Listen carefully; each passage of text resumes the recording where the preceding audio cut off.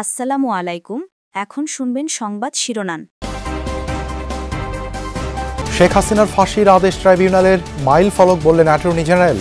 পৃথিবীর যে কোনো আদালতে একই শাস্তি হবে মন্তব্য চিফ প্রসিকিউটরের। দেশে ফিরিয়ে সাজা কার্যকরের দাবি ভুক্তভোগীদের।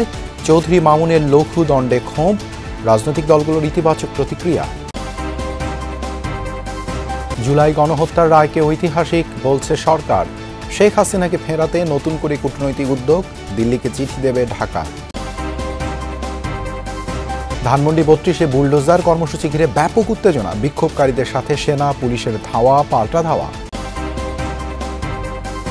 এবারের ভোট গতানুগতিক নয়, দেশ রক্ষার নির্বাচন মন্তব্য প্রধান উপদেষ্টার। জেলা প্রশাসকদের শতভাগ নিরপেক্ষভাবে কাজের নির্দেশ। আসসালামু আলাইকুম। এতক্ষণ দেখছিলেন সংবাদ শিরোনাম, এখন দেখবেন বিস্তারিত। শেখ হাসিনা এখন ফাঁসির দণ্ডপ্রাপ্ত পলাতক আসামি। হেলিকপ্টার ও মারণাস্ত্র ব্যবহার করে হত্যা, চানখারপুলে ৬ জনকে গুলি করে হত্যা এবং আশুলিয়ায় ৬ জনকে পুড়িয়ে মারার ঘটনায় তাকে সর্বোচ্চ সাজা দেওয়ার আদেশ দিয়েছেন আন্তর্জাতিক অপরাধ ট্রাইব্যুনাল। দুপুরে টেলিভিশন সহ সামাজিক মাধ্যমে সরাসরি সম্প্রচার করা হয় আদালতের রায়। একই অপরাধে আসাদুজ্জামান খান কামালকেও মৃত্যুদণ্ডের আদেশ দেওয়া হয়। অপর আসামি রাজসাক্ষী চৌধুরী আবদুল্লাহ আল মামুনকে কারাদণ্ড দেওয়া হয়েছে ৫ বছরের। প্রতিক্রিয়ায় চিফ প্রসিকিউটর বলেছেন, রায়ের মাধ্যমে ইতিহাসের একটি অধ্যায়ের সমাপ্তি হয়েছে। ট্রাইব্যুনালের আদেশকে নতুন মাইল ফলক বলেছেন অ্যাটর্নি জেনারেল। বেলা 12:30টার দিকে ট্রাইব্যুনাল 1-এর চেয়ারম্যান বিচারপতি মোহাম্মদ গোলাম মুর্তজা মজুমদারের নেতৃত্বে এজলাসে প্রবেশ করেন 3 বিচারপতি। জনাকীর্ণ ট্রাইব্যুনালে তখন পিনপতন নীরবতা। বিচার সংশ্লিষ্ট সবাইকে ধন্যবাদ জানিয়ে রায় পড়া শুরু করেন ট্রাইব্যুনালের চেয়ারম্যান। 453 পৃষ্ঠার রায়কে ভাগ করা হয় 6 ভাগে। Elements of crime against humanity, these are enunciated by the Rome Statute. রায়ে 5 অভিযোগের নানা তথ্য উপাত্ত, গণ অভ্যুত্থানের পর প্রকাশ হওয়া বিভিন্ন অডিও ভিডিও, জাতিসংঘের রিপোর্ট উল্লেখ করা হয়। About the telephonic conversations of accused Sheikh Hasina. আন্দোলন দমনে শেখ হাসিনার সাথে ঢাকা বিশ্ববিদ্যালয়ের সাবেক ভিসি মাকসুদ কামাল, ঢাকা দক্ষিণের তখনকার মেয়র ফজলে নূর তাপস আর হাসানুল হক ইনুর সাথে ফোনালাপের বিবরণ তুলে ধরা হয়। বিচারক বলেন, এসব ভিডিও ফুটেজ ও ফোনালাপের সত্যতা প্রমাণিত। We have decided to inflict her with only one sentence, that is sentence of death. দীর্ঘ অপেক্ষার অবসান। শেখ হাসিনার চূড়ান্ত সাজার রায় অন্তত কানে শুনতে পেরে বুক হালকা হয়েছে জুলাই শহীদদের পরিবার ও আহতদের। রায় ঘোষণার পর এজলাস আর ট্রাইব্যুনাল চত্বরে হয় আবেগঘন পরিবেশ তৈরি। তারা এই রায়ের বাস্তবায়ন চান অতি দ্রুত। শেখ হাসিনাকে দেশে ফিরিয়ে এনে ফাঁসি কার্যকরের দাবি জানিয়েছেন শহীদদের স্বজনরা। তবে রাজসাক্ষী চৌধুরী আবদুল্লাহ আল মামুনের লঘু দণ্ডে ক্ষোভ জানিয়েছেন তারা। We have decided to inflict her with only one sentence, that is sentence of death. এই চোখের পানি জমা ছিল 14টি মাস। বুকে জমা পাথর যেন কিছুটা হালকা হলো এই রায়ে শেখ হাসিনার ফাঁসির আদেশ শুনে। জুলাইয়ে আহত এবং শহীদ পরিবার ছাড়াও এজলাসে চোখ ভিজে ওঠে অনেকের। শেখ হাসিনার রায় নিয়ে সন্তুষ্টি প্রকাশ করলেও আবদুল্লাহ আল মামুনের সাজা কমানোয় সংক্ষুব্ধ শহীদ পরিবারগুলো। খুনি শেখ হাসিনা এবং সাবেক খুনি স্বরাষ্ট্রমন্ত্রীর যেই রায়টি এসেছে সেটির সাথে আমরা একমত পোষণ করছি। মানবতা বিরোধী অপরাধের দায়ে সাবেক প্রধানমন্ত্রী শেখ হাসিনা এবং সাবেক স্বরাষ্ট্রমন্ত্রী আসাদুজ্জামান খান কামালের মৃত্যুদণ্ড জবাবদিহিতার উজ্জ্বল দৃষ্টান্ত স্থাপন করেছে বিবৃতিতে জানিয়েছেন ডক্টর মোহাম্মদ ইউনূস। সোমবার রাতে দেয়া বিবৃতিতে তিনি আরও বলেন, এই রায়ের ফলে আন্তর্জাতিকভাবে বাংলাদেশের অবস্থান দৃঢ় হয়েছে। প্রমাণ হয়েছে কেউই আইনের ঊর্ধ্বে নয়। রায়ের ফলে জুলাই ও আগস্টে গণ আন্দোলনে ক্ষতিগ্রস্ত হাজারো মানুষ তাদের বিচার পেয়েছে। জনগণের আস্থার একটি ধাপ পূরণ হয়েছে বলে মনে করেন তিনি। এছাড়াও বাংলাদেশ আগামী চ্যালেঞ্জগুলো সাহসের সাথে মোকাবেলা করা হবে বলে জানানো হয় বিবৃতিতে। মৃত্যুদণ্ডপ্রাপ্ত সাবেক প্রধানমন্ত্রী শেখ হাসিনা ও সাবেক স্বরাষ্ট্রমন্ত্রী আসাদুজ্জামান খানকে ফেরাতে ভারত সরকারকে আবারও আনুষ্ঠানিক চিঠি পাঠাচ্ছে বাংলাদেশ।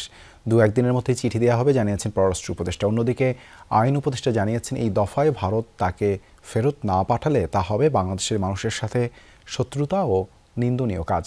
অন্যদিকে স্বরাষ্ট্র উপদেষ্টা জানান, রায় ঘোষণা হলেও এ নিয়ে কোনো আতঙ্ক নেই দেশে।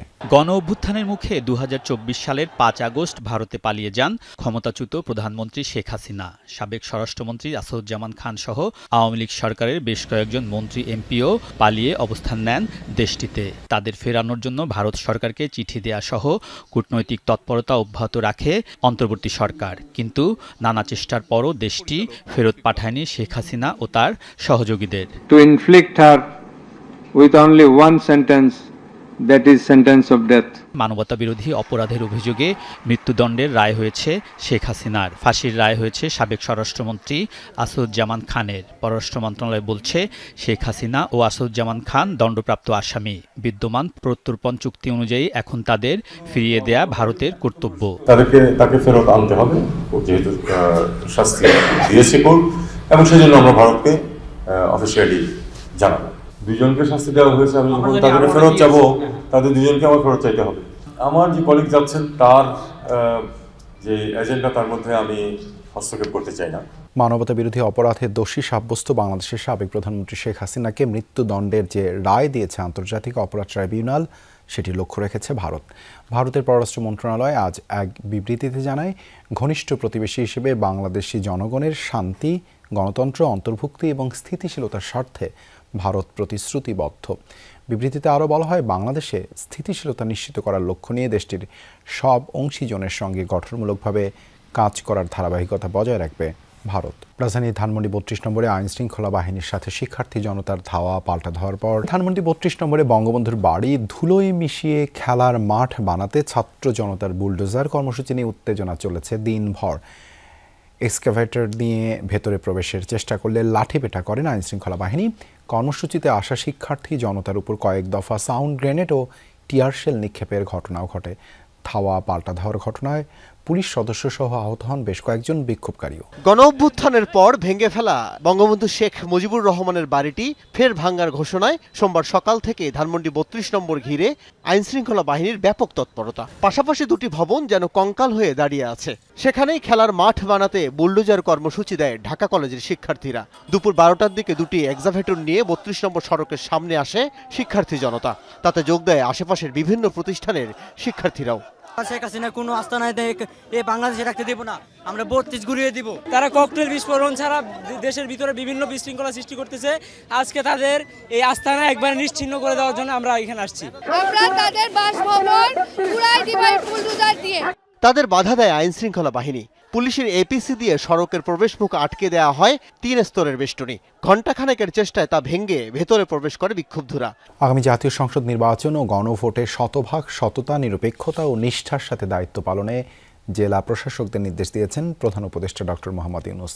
বলেন, এবারের নির্বাচন গতানুগতিক কোনো নির্বাচন নয়, বরং এটি দেশ রক্ষার নির্বাচন। সকালে 64 জেলার প্রশাসকদের সঙ্গে বৈঠক এসব কথা বলেন প্রধান উপদেষ্টা। ডক্টর ইউনূস বলেন, আগামী নির্বাচন শুধু 5 বছরের সরকার গঠনের জন্য নয়, গণভোট যুক্ত হওয়ায় এটি অনেক বেশি তাৎপর্যপূর্ণ। আজকে এই সুযোগটা দেওয়ার জন্য প্রথমে ক্যাবিনেট সচিব, প্রধান উপদেষ্টার কার্যালয়ে সদ্য প্রদানকৃত 50 জেলা প্রশাসক সহ 64 জেলার প্রশাসকদের বৈঠক। অনুষ্ঠানের প্রধান অতিথি প্রধান উপদেষ্টা ডক্টর মোহাম্মদ ইউনূস। যেহেতু এটা ভিন্ন ধর্মী একটা নির্বাচন, সেজন্য একটা বিশেষ